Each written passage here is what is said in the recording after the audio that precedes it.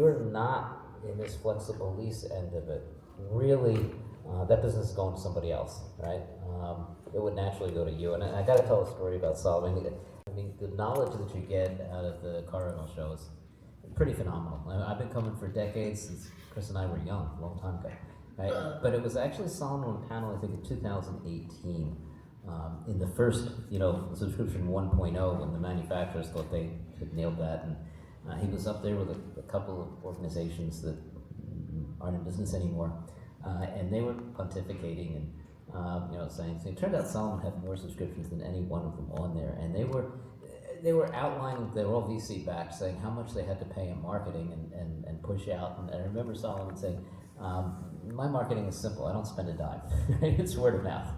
And at that point, we were just a concept. It was like 2017, 2018. We hadn't developed the software yet, but that's when I said, let's double down. So anyway, to get back to your question, I think that if you're not doing this business today, it's going someplace else, right? There is a core market for whether you call it long-term rental, flexible lease, subscription, right? That wants this, and more growing every day. You can't notice the fact that cars are expensive. 18 to 34-year-olds are buying less new cars today than ever. They've been keeping records, right? There's reasons for that. But there's a necessity of transportation with these folks, and they are going to subscriptions or long-term rental, and the fundamentals are seriously there. Again, the Deloitte 2025 car study said that 44% of 18 to 34-year-olds would prefer or strongly prefer a subscription, right?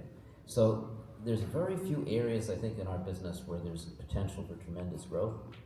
This is one of them, right? And if you're not offering this, then you're not leveraging everything that you've already, created and spent money for.